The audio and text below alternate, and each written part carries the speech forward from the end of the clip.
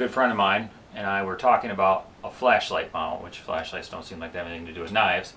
And so we invented, the short version is we invented a mount to hold a flashlight to an assault rifle. And in the process of trying to get it made, we ran into a lot of prototyping issues, costs involved. So while we were kind of having some downtime, I found a magazine that talked about making a chisel. And I use a chisel at work like a knife. And so I designed and made a chisel knife using very cheap tools, a drill press, a cheap drill press, a really not awesome bandsaw, a torch, and a bucket of oil.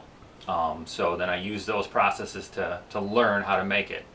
And my business partner saw what I had done with it, and he actually went and started buying tools and having them shipped to my house. And so we switched gears in that moment from the flashlight mount onto knife making. I've been doing knife making for, what am I, 39? So 5 years, 6 years maybe. And it's hobby-esque, so it was just now and then I would do it, but it's grown from there. I have an online presence. I've stopped taking orders and just started to do like an artist, just make the ones that I wanted to make, and if they sell, they sell. Inspirations for knives, I mean, they come. An art teacher once told me to look into something and to see and what's in the metal, what's in the rock, what's in the piece, and you carve and get to there. And I thought that was dumb at first, but she was right. And so different shapes, when you see shapes out in the world, they kind of inspire something. They inspire a knife. And this right here is our flagship. It's my favorite. It's not everyone's favorite because they don't understand it, but I mean, it's this chisel knife. And everything that I make, I try to have purpose oriented, purpose driven. There is a task, there's a reason for every single part of this knife. And so when I'm in a situation, I think, what would help make this job easier, this task easier, and then that goes into the knives. There definitely are a few that are more they're more artsy. They're not as utilitarian, but for the most part, what I want my art to be is utilitarian art.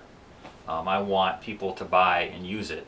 This knife is awesome. We took it to Jamaica, and we had to cut a lock off a door. One of the fishermen lost his key, and so we were using this to bash and pry. And in turn, we broke part of it off. But I love that. It's character. I love the little rust pits and everything about it, and I love to see my customers' knives in the same condition because it means that they're using them. Our customer base is pretty fantastic. We ship knives overseas. We've had a few overseas, and we ship all over the United States. Locally, we have quite a few repeat customers, which is wonderful. I love working with people locally.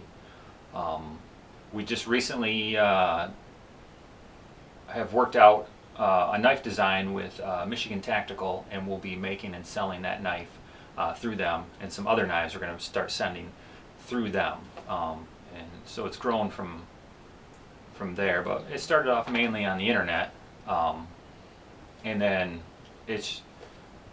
but I am surprised at how much locally, because these knives are not cheap, but people come and they're repeats, and I've got customers buying 4, 5, 6 knives, and which makes me feel good to know that locals have used my art.